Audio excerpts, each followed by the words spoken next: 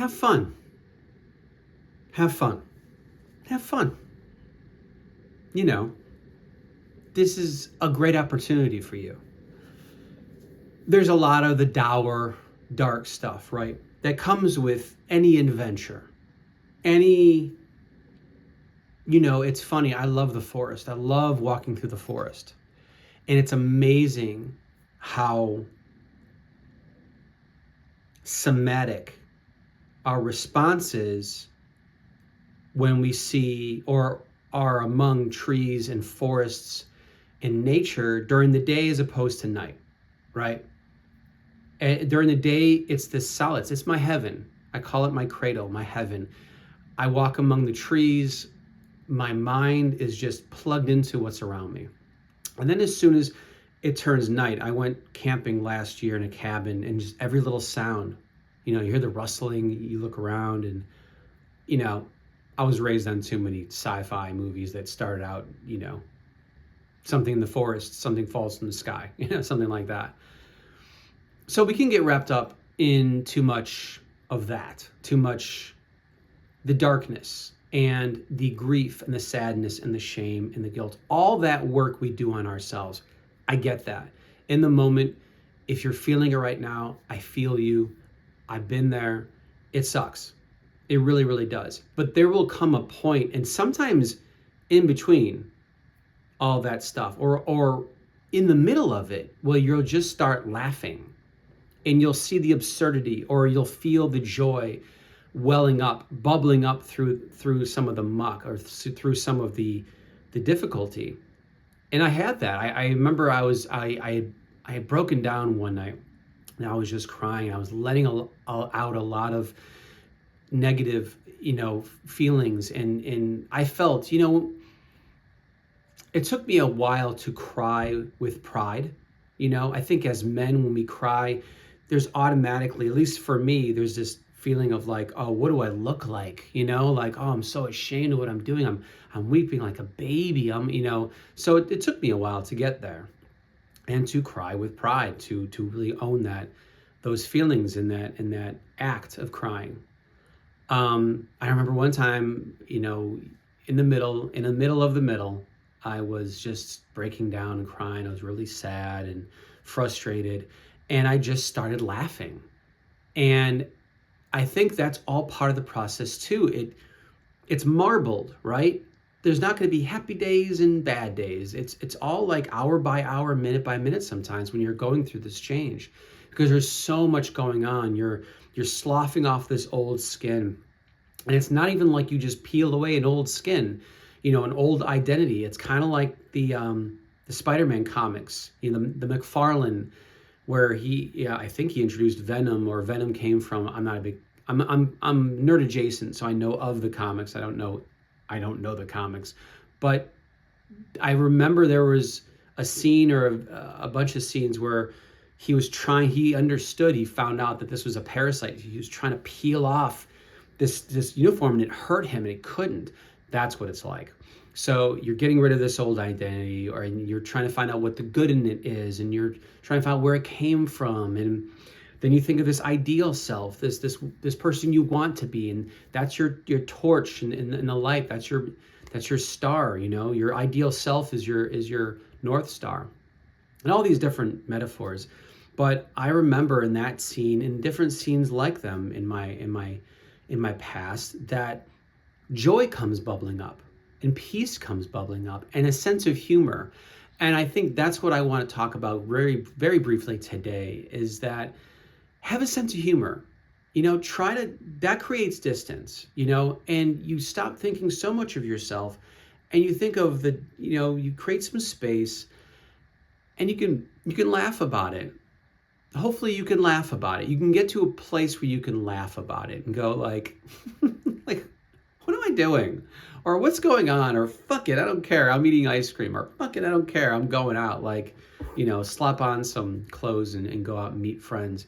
I think friends can help you with that. And if you know someone, if you have a confidant, someone in your tribe that you really vibe with, they can kind of help you in that place too, because I think you need that. you need both of those. There's comedy as well as tragedy. And if you can see that side or get to a place where you can laugh a little bit about it, or just laugh in the middle of it, or find some distractions, laugh at a funny movie, feel that too, because this is an amazing opportunity for you to be your best self, to be a whole self. And what you're doing is not a lot of people, we're not conditioned to do this. We're conditioned to be part of the machinery and just play the game and nod your head and smile and don't think about all that stuff. Don't talk about the hard stuff, right? But if you can laugh with it too, that's another form of courage to me, is if you can laugh about it as well as cry with it. So laugh about it, And this is not the scene where I tell you to just laugh it off and, like that one episode of the British Office where he's just, he's talking to the people that are looking for jobs, like, ha, ha, ha, he just starts laughing and being absurd. There will be times, though, that you think you're losing your mind and you're laughing for no reason. Good.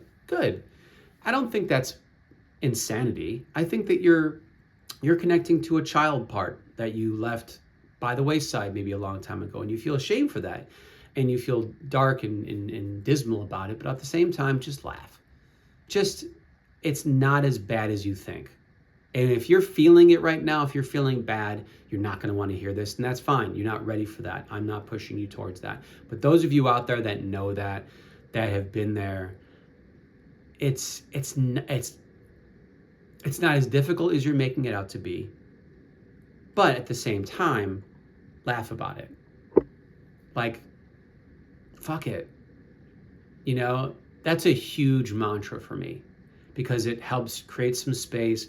It gets that load off your shoulders, because it can get dark, and you may want to love that darkness. Especially for me, I've always grafted towards the energy of melancholy and sadness. Like gray days are when I really produce a lot of great art, poetry, and things, because it connects to a really that's a visceral, energetic part of you, that dark side, and you can get wrapped up into that. Be the jester sometimes, just it's immense. It's connecting to that loser energy.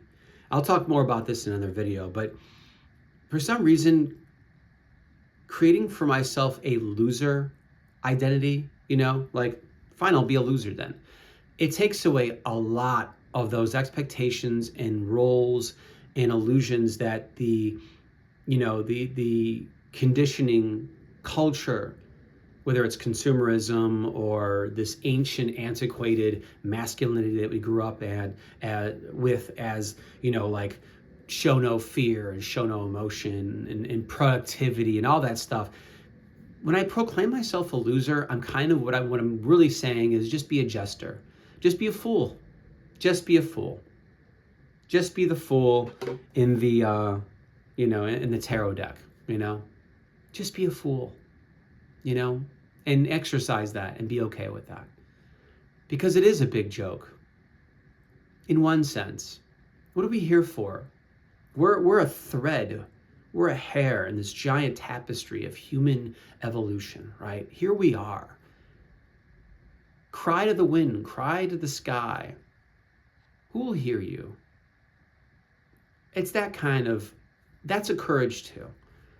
And remember, this is an amazing opportunity to be your best self in all of yourselves, right? So laugh about it. Just joke about it. It's really quite silly when you think about it. In the grand scheme of things, in the 30,000 foot look at how, and then you can look at your past hurts in the past. Like when you're 15 and go, oh man, laugh like that.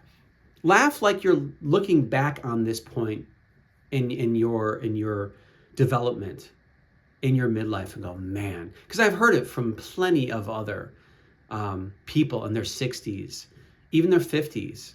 They'll look back and be like, I'll tell them how old I am. They're like, oh man, I miss my 40s. I don't know what they mean by that. And I'm sure they have their own stories to that. And it might not line up exactly with what you're ideally looking at as well. It's not all an easy answer, But from a vantage point, It is not so bad when you look at the future. Look at your 50-year-old self, you're 60, you're 70, you're 80. When you're 90, you're looking back in your 40s and go, man, I can move around. I can walk. I remember walking, you know?